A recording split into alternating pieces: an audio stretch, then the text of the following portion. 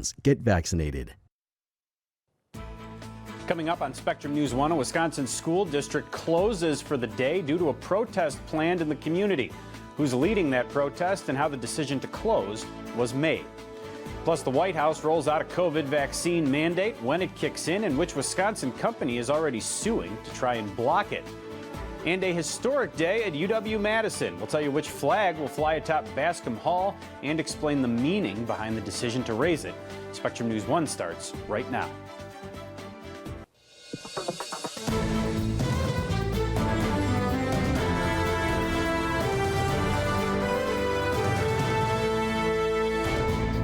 Hello and welcome into Spectrum News 1. I'm Pete Zervakis in for Courtney Garish. Got a lot of news to cover on this Friday afternoon, but before we dive into it, let's take a look at the weather. Sunny start to the day. It's possible we're going to have a nice, warm, mild fall weekend ahead.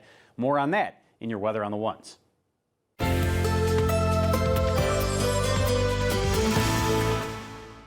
Fortunately, for the end of your work week, we are going to be seeing a good amount of sunshine. However, a bit more cloud coverage for those farther north and west. High temperatures even getting a little bit warmer.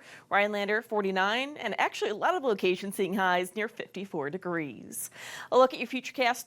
2 p.m. definitely seeing more clouds farther north and west, and that's going to continue to fill into the rest of the state as we head into this evening. But then by tonight, once we pass midnight, those clouds clear out. And for tomorrow morning, I do think it will be a sunny start across the Badger State. Overnight lows dropping to 36 in Watoma, 38 in Land O'Lakes, Rhinelander, Medford, Platteville 37, closer to 40 in Milwaukee, Madison, Green Bay, Fond du Lac, Hayward, Marinette, Sturgeon Bay, and Eau Claire. Now for tomorrow, for the start of your weekend, and another day filled with sunshine and getting even warmer yet again. Highs in the upper 50s in Green Bay and Wausau. A lot of locations actually reaching all the way into the low 60s. Will these warmer temperatures stay in the forecast for the rest of your weekend? We'll break that down in about 10 minutes. Week 1 of the Kyle Rittenhouse trial is wrapping up today in Kenosha County. Our very own Andrew Havranek has been covering that trial for us. He joins us now from the Kenosha County Courthouse. So, Andrew, state continuing to make its case today. Who's been on the stand so far? Pete, today the state called Jason Lekowski. He was one of the armed men who was seen in videos that night in Kenosha during those protests. He lives in Green Bay now, but he lived in Brown Deer at the time. He said he came to Kenosha and he actually knew Ryan Balch prior to that. He was another one of those armed men. They came here to protect businesses. He was also armed, as I said, with an AR-15 style rifle at the time. And he said that he came here and the rules that he was following was shout, shove, show, and shoot. And he said he never actually ended up having to get past that shout part when people were kind of getting agitated with him. The state also asked him about some of the behaviors that he saw Joseph Rosenbaum kind of portraying that night before he was shot by Kyle Rittenhouse. There's a lot of video of Rosenbaum saying, "Shoot me," with some expletives in there. Lekowski said that he kind of experienced that. He experienced some of that shouting from Rosenbaum, but he said that they kind of just turned away from him and didn't really consider him to be a threat. And that really is kind of the prosecution's kind of biggest part of all of this testimony, is that the defense is trying to say that Kyle Rittenhouse acted in self-defense when he shot. The prosecution now has had somebody testify that Rosenbaum really wasn't a threat to anybody, at least from Lekowski's point of view. So that has been kind of the questioning that he's been asked so far on the stand today.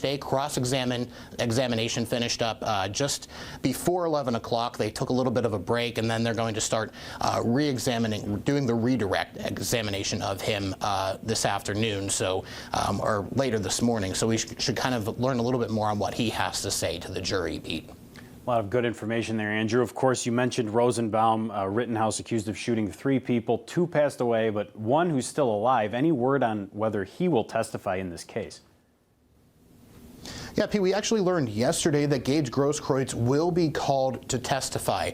One of the prosecuting attorneys, Thomas Binger, who is the lead prosecutor in this case, was talking to the judge yesterday just about scheduling. He said that he had a few people that he wanted to call today, but he didn't want to start with a big witness in this case late on a Friday afternoon. So that means that kind of tells us that Gage Grosskreutz, his testimony is going to be pretty long, and he is expected to be called to the stand on Monday morning. So that will be a really big key witness for the prosecution, Pete. One final question to get to, Andrew, because I know you've been a very busy guy this week. We saw there was a juror dismissed yesterday. You gave us some perspective on that yesterday about allegedly a joke that was cracked to a deputy. But was there another juror dismissed today? There was. So right before the trial kind of resumed for the day today, the attorneys were handed a few different pieces of paper. One was a handwritten note from a juror that had a question that wanted to be addressed, but the judge and the attorneys on both sides declined to address that comment that was written to them. But there was another juror who had expressed some medical issues, which was what it was described as at first. But then when the jury came down, the judge told the jury that one of the jurors, juror 27, as this young woman was known as, was dismissed because she's pregnant and was experiencing some discomfort. So we started off with a 20-person jury. We are now down to 18 people on this panel after that one was eliminated yesterday. So that means we have 10 women and 8 men left on the panel. And I've been in the courtroom today, and I've been live tweeting this entire trial through the whole week, and you can continue to follow those tweets at Andrew_Havranek, and we also have all of my tweets going into a live blog on the Spectrum News app. So a lot of stuff happening even on the last day of trial for the week, Pete. All right, our very own Andrew Havranek covering this trial wall to wall for us. Andrew, thanks so much. We'll, of course, continue to follow all of the testimony in the Rittenhouse trial here on Spectrum News 1. And you can follow along as well with all the latest developments using our Spectrum News app. That's where you'll find a live blog of the trial, where you can read about all the testimony from different witnesses. The trial of the 3 men accused of killing Ahmaud Arbery in Georgia is now underway. The state and defense both giving opening statements today. Gregory McMichael, his son Travis McMichael, and their neighbor William Bryan Jr. are facing several charges, including felony murder. The men are accused of chasing down, shooting, and killing Arbery in a rural Georgia neighborhood last year while he was out for a jog. Now, there were 15 jurors selected, the standard 12 plus 3 alternates. 11 of the jurors are white. This trial is expected to last at least 2 weeks. After nearly a year of serving as Milwaukee's acting police chief, the city's Fire and Police Commission appointed Jeffrey Norman to the job full-time. Norman stepped into that role as chief after commissioners last year demoted former MPD chief Alfonso Morales. They previously considered other finalists for the job, then opted to restart the search and invited Norman to reapply as the only candidate. On Thursday night, commissioners voted unanimously to appoint Norman to a new 4-year term. One of the things that stood out to me most with interim Chief Norman was his constant use of the word collaboration and the word we. I think that's important in his work, and I think it's going to be very critical that we phrase helps him be successful. Chief Norman spoke briefly to the commissioners after the vote. He said he was, quote, pleased, honored, and deeply humbled to be chief. A Wisconsin Badgers offensive lineman is due in court next week after being charged with drunk driving. Wisconsin State Journal reporting that senior guard Josh Seltzner's blood alcohol content was between 0.08, the legal limit, and 0.15 when UW police stopped him for running a red light back on October 17th. Seltzner has started several games for the Badgers, including a game at Purdue, less than a week after the alleged OWI incident.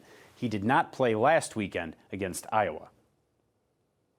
Wisconsin's Ho-Chunk Nation will raise its flag today at UW-Madison atop the iconic Bascom Hall.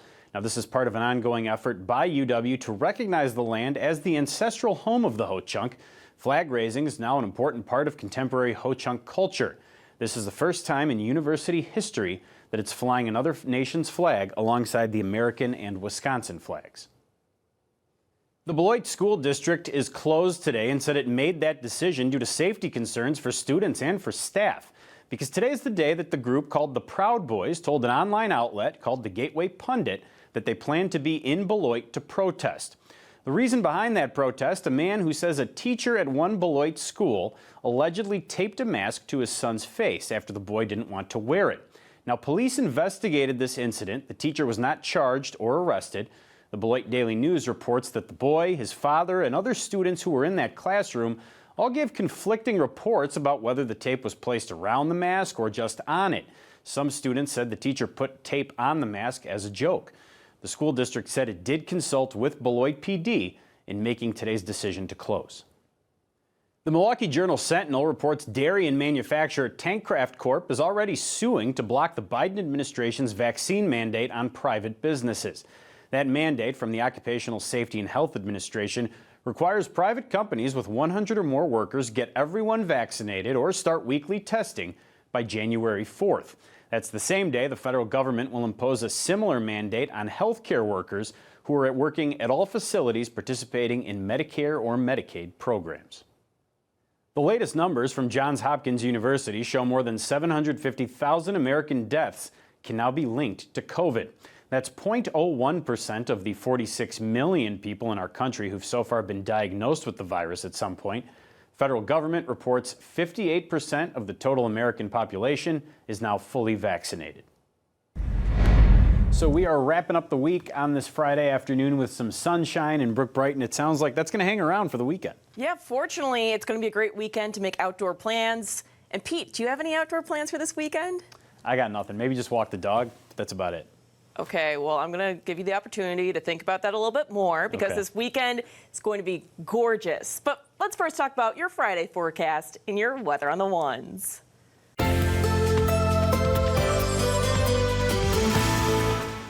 Fortunately for the end of your work week in southeastern Wisconsin, we will be seeing plenty of sunshine throughout the day. And check out these high temperatures getting even warmer. Beaver Dam, Burlington, and Racine, 52. Lake Geneva, 53. Milwaukee and Whitewater closer to 54 degrees. A look at your surface setup, 2 p.m. Lots of sunshine still at that time. But as we head to the start of this evening, probably turning partly cloudy. More clouds filling in as we head into tonight. But that will clear out once we pass midnight. And for tomorrow morning, it looks like it will be a sunny start to your Saturday.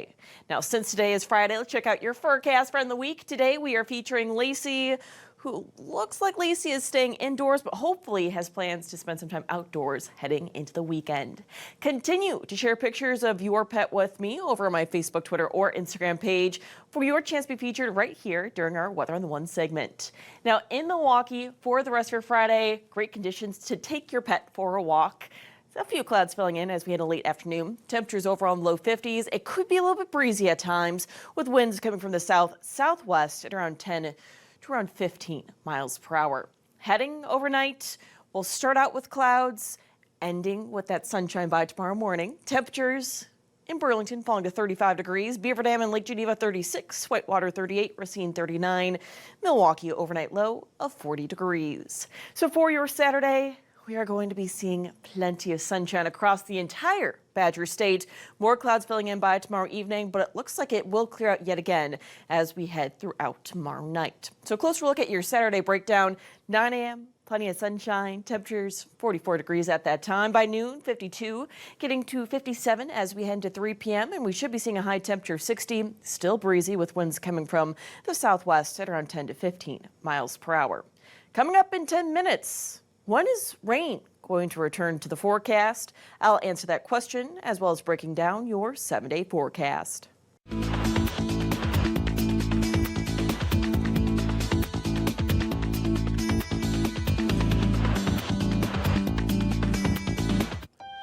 Next on Spectrum News 1, for the first time in 50 years, a new statue will be built on the grounds of the state capitol. Who it'll honor and why organizers consider this such a monumental achievement. That's coming up.